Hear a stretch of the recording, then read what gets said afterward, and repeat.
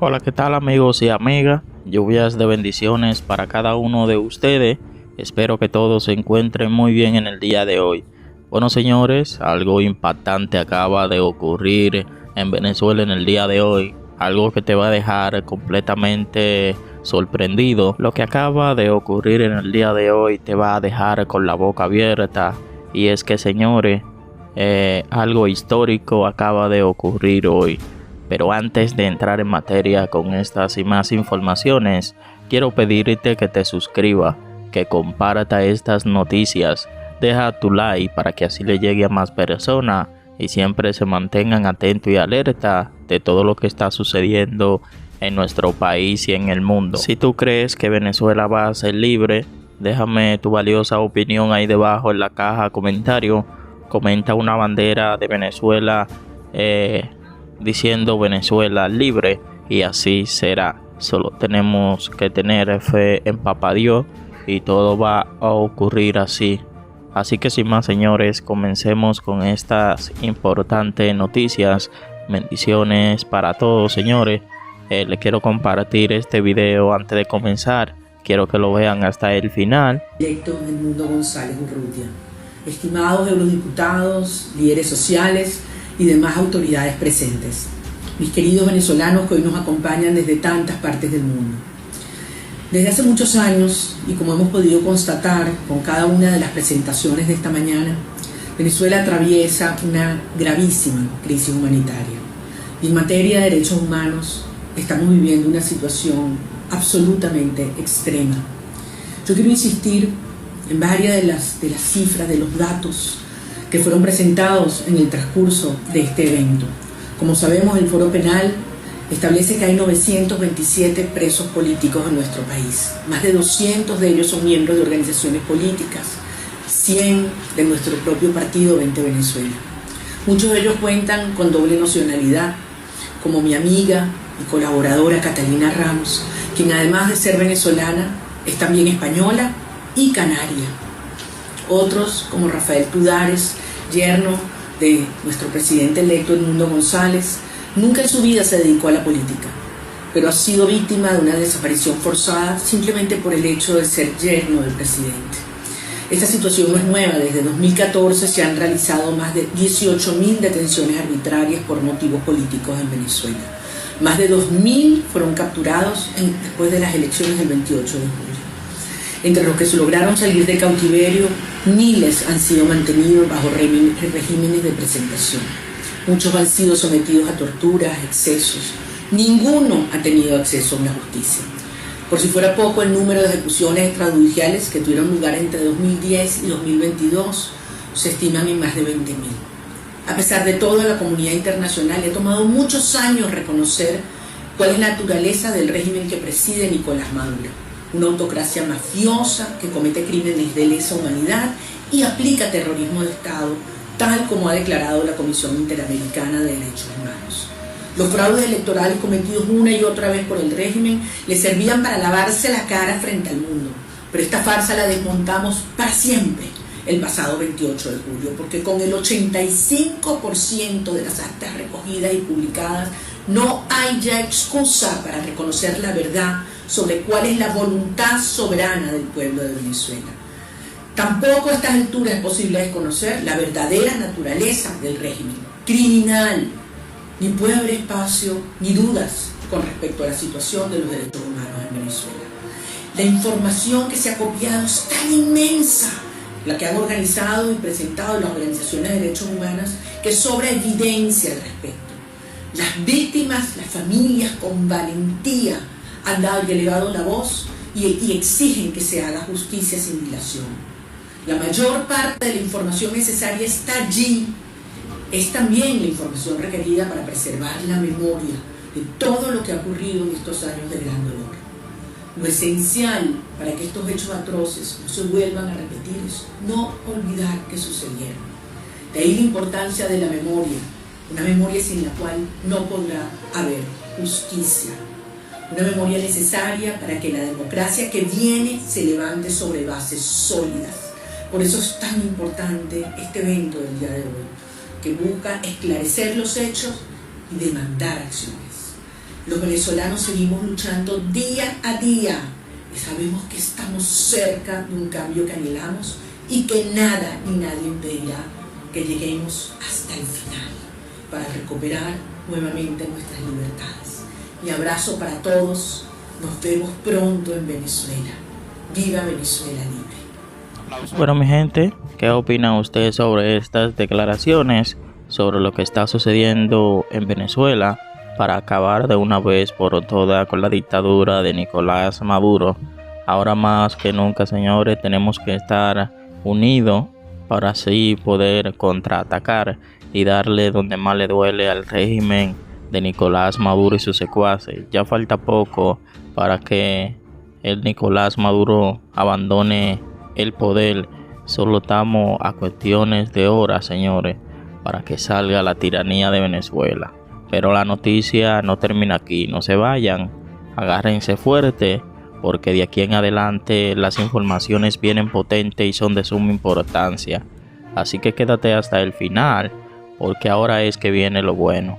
Este miércoles el gobierno de Donald Trump impuso restricciones totales de entrada a 12 países y restricciones parciales de ingreso a Estados Unidos a otras 7 naciones. Allí entra Venezuela. Es una restricción limitada la que le toca a Venezuela, pero va a afectar a muchísimas familias. Es dura. ¿A quién afecta? A todo aquel venezolano quien esté fuera de los Estados Unidos y quiera viajar con visa de turista, de estudiante, intercambios, a partir del 9 de junio a las 12 de la noche. La proclamación insiste en que no se van a revocar visas aprobadas antes del 9 de junio, pero la opinión de los abogados está dividida entre quienes dicen que a partir del 9 de junio no entrará ningún venezolano con visa de turista y estudiante, y otros quienes insisten en que solo afectaría a quienes quieren solicitar esas visas desde el 9 de junio. Eso se va a saber con más precisión en los próximos días. El argumento de esta administración es que cierran el acceso a ciertos extranjeros para proteger a Estados Unidos y su seguridad pública de terroristas extranjeros quienes puedan amenazar este territorio y lastimarlo, que no podrá entrar nadie quien mantenga una actitud hostil contra el gobierno, sus ciudadanos, sus instituciones y los valores de esta nación. Trump también decía que no podían permitir la migración abierta desde ningún país donde no puedan realizar una evaluación y control confiable. En el caso de Venezuela, el argumento es que ese país no colabora con el intercambio de información, que no hay autoridad central competente como para emitir pasaportes o documentos civiles, y que no hay cómo investigar quién recibe el beneficio de una visa, por ejemplo,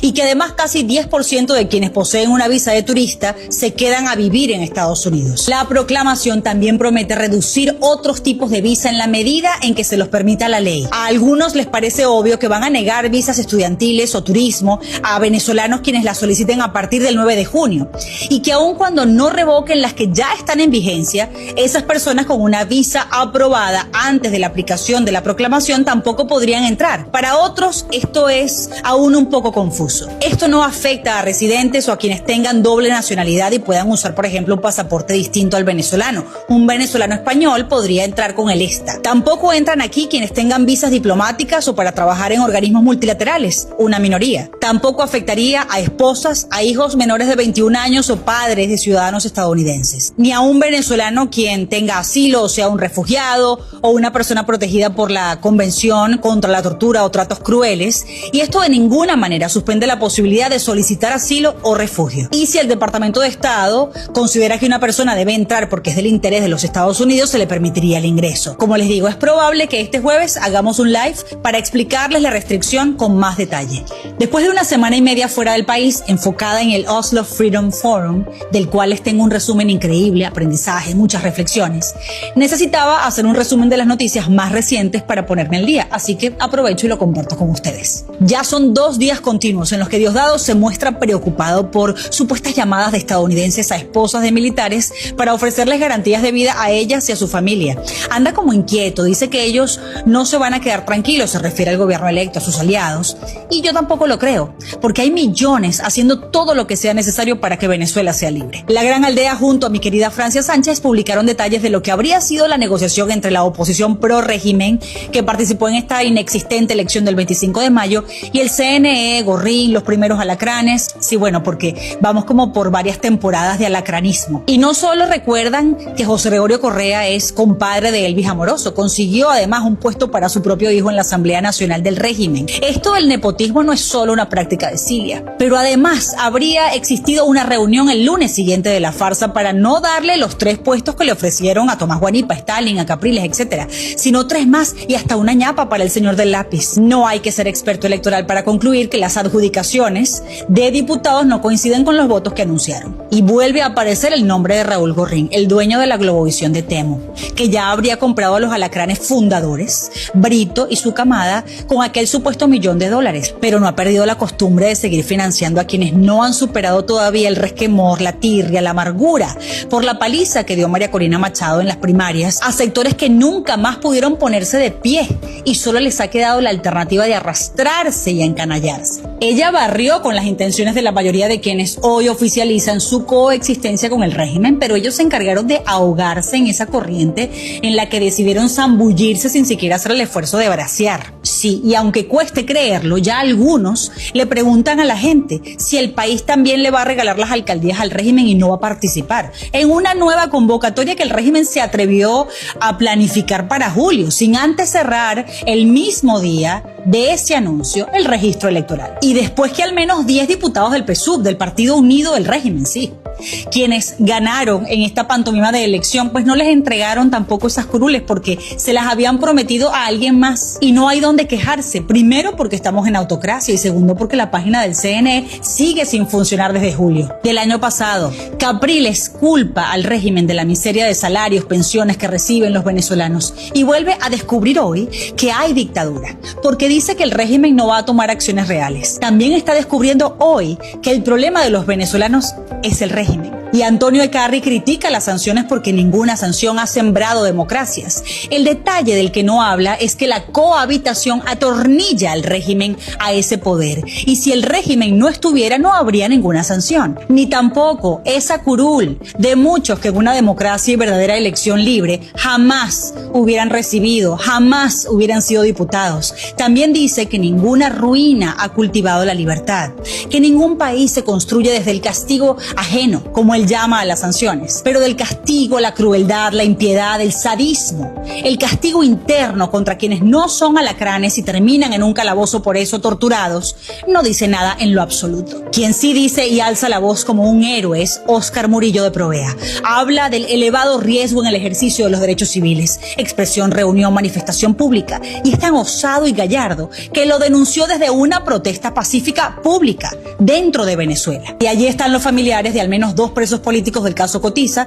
Sí, es el mismo régimen el que escoge estos nombres para estas delirantes conspiraciones que ellos mismos se inventan. Se habla de la posible desaparición del sargento mayor de tercera Giomer Martínez Natera y el sargento segundo Andrés Paredes Soler. Como si no tuvieran suficiente, los secuestraron en enero del 2019. Ahora en febrero del 2025 los trasladaron desde Ramo Verde al fuerte Huaycaipuro, sin orden, sin avisarle a la familia, como siempre, de manera arbitraria. Y entre tantos, a quienes iremos recordando cada día, también está Aldo Rosso, un activista del Valle, quien tiene 11 meses desaparecido, un adulto mayor con un estado de salud comprometido. Y mientras tanto, aquí el Departamento de Estado anuncia que el mismo Marco Rubio negocia con el presidente de El Salvador para que Lozano Camargo regrese a Estados Unidos después de haber sido trasladado al SECOT por error. Dicen que el secretario leyó la orden de la jueza Stephanie Gallagher y que está muy comprometido en hacer las diligencias para cumplirla. Ella ordenó al gobierno de Trump facilitar el regreso de Camargo de 20 años, después de recordar que todo migrante quien ingrese al país mientras sea menor de edad tiene derecho a esperar dentro de los Estados Unidos mientras se decide sobre su asilo. Camargo es venezolano de Maracaibo, ingresó de forma ilegal a Estados Unidos cuando tenía 17 años. Estuvo en un centro de menores hasta los 18, lo liberaron en Texas y lo habrían arrestado después 2 veces por supuesta posesión de presunta cocaína. Se declaró culpable, cumplió parte de la pena y el caso pasó a inmigración. Esta administración lo vinculó al Tren de Aragua y lo trasladó a El Salvador. Para la administración de Donald Trump, él perdía el derecho a permanecer en Estados Unidos al estar relacionado con una organización terrorista. Pero su defensa alega que la acusación no estaba acompañada de pruebas públicas. Los veo en el próximo resumen. Bueno, mi gente hermosa, ¿qué opina usted sobre estas declaraciones? Cualquiera que sea tu opinión, no olvide dejarla ahí debajo en la caja de comentarios. Pero la noticia no termina aquí, señores, no se vayan, porque familiares de pecadores presos denuncia montaje del régimen de Maduro para hacerle pasar por narcotraficante. Así como lo escucha, señores, unos simples pescadores, el régimen lo acusa de narcotraficante, cuando los mismos narcotraficantes son ellos lo que hacen todo ese dinero sucio con que mantiene la represión en Venezuela es de narcotráfico. Entonces lo quieren culpar a unos simples pecadores. Así está la situación en Venezuela. Es muy triste y lamentable, pero tenemos que compartirla con todos ustedes. Comparta para que se haga justicia por estos presos, por estos pecadores que el régimen dice que son narcotraficantes. Algo completamente, señores, erróneo. Familiares de 8 pecadores detenidos en La Guajira, en la costa venezolana, están indignados porque lo están acusando de narcotraficante por la incautación de un cargamento de cocaína. Dijeron que fueron los pecadores quienes informaron a las autoridades de los paquetes parcialmente quemados con la droga. Ahora lo acusan de traficar 1.564.52 kilos de cocaína. Así lo dijeron a conocer pecadores del muelle La Zorra, amigos y familiares de los detenidos, en conversación con Infobae, quienes agregaron que el sábado 7 de junio a las 11 de la mañana, una comisión de la Guardia Nacional fue a buscar a los pescadores que están detenidos. No solo fueron esos paquetes, en el lugar también había resto de lo que parece fulesearse de un avión, por lo que se presume que pudiera ser de una aeronave la que transportaba el cargamento de narcóticos. También pudo ser una lancha de las que pasan bastante por ahí llevando droga y no pudo seguir con el cargamento, expresa un periodista que habló con pescadores del muelle de La Zorra. Los 8 pescadores detenidos son Brian Bello, Gabriel Jesús León, Pedro Jesús Urbáez, Marco González, Carlos José Hernández, Armando Valera, José Piñango y AAA, quien es pequeño de edad. El error fue agarrar a los paquetes y subirlo a las embarcaciones de pesca, creyendo que harían un favor, y por eso lo llevaron hasta tierra firme. Esos son muchachos trabajadores, no son ninguno narcotraficante, le dicen a Infobae. Una joven asegura que ellos, cuando encontraron la droga, la entregaron a las autoridades. Entonces, ¿por qué se lo llevan preso? Todo el pueblo sabe de ese caso, porque no era ningún secreto, nadie estaba escondiendo nada, y por eso los voceros y jefes de calle salieron a pronunciarse. Relata que temen por las presiones que ha recibido de hacer silencio desde que el sábado, al concentrarse en el muelle La Zorra, hablaron con periodistas que se acercaron al lugar. Una de las mujeres dijo en uno de los videos que somos chavistas honestos y trabajadores, al manifestar sentirse preocupado por lo que suceda con los 8 detenidos en La Guaira. Dice mientras pide ayuda a Nicolás Maduro, a la fiscalía y a Diosdado Cabello. Fue 30 millas desde el comando de guardacosta de Arma Bolivariana. El superintendente nacional antidrogas, MG, Dani Ramón Ferré Sandrea, salió inmediatamente a decir que los 8 lancheros fueron detenidos a 30 millas, unos 48 kilómetros del muelle La Zorra, al norte del estado La Guaira, y que tenían un cargamento de 1.564 kilogramos que podría ser cocaína. Ferré, quien dijo cumplir instrucciones del Ministerio de Interior Diosdado Cabello Rondón, aseveró que la incautación de la cocaína se logró gracias a un excelente procedimiento resultado de esta función popular militar y policial, sin mencionar que los pescadores fueron quienes entregaron al narcótico a las autoridades. Oigan eso, señores, según las autoridades eso fue un excelente trabajo que hicieron para incautar la droga, pero los pescadores, señores, fue que encontraron ese cargamento y ellos creían que le iban a hacer un favor a las autoridades y fueron y lo llevaron a tierra firme. Y miren con qué sorpresa se llevaron, señores, que ellos son los narcotraficantes. Así está la situación en Venezuela, muy triste, señores, que uno quiera hacer un favor, supuestamente hay unos paquetes, se lo entrega a las autoridades y como quiera lo detienen. Por eso, señores, es mejor dejar las cosas como están, no arriesgarse y punto. Otro dato muy importante en torno a este caso es que los narcotraficantes, señores, se conocen, saben dónde están. Hay años de investigación, meses de investigación para saber quién está moviendo la droga. Entonces agarraron a estos pendejos, no encuentran a quién echarle la culpa, hallaron a esos pescadores y lo tienen detenido como chivo expiatorio. Así que hacen, señores, los altos mandos. Los verdaderos culpables están libres y estos pecadores que son de trabajo, que se levantan temprano, ahora se encuentran detenidos por el régimen. Pero ¿qué opinan ustedes sobre esta noticia? Cualquiera que sea tu opinión, no olvides dejarla ahí debajo en la caja de comentarios porque tu opinión cuenta. Una pregunta importante para todos ustedes. ¿Qué habría hecho usted si usted se encuentra con un cargamento así, usted trabajando? ¿Qué haría usted?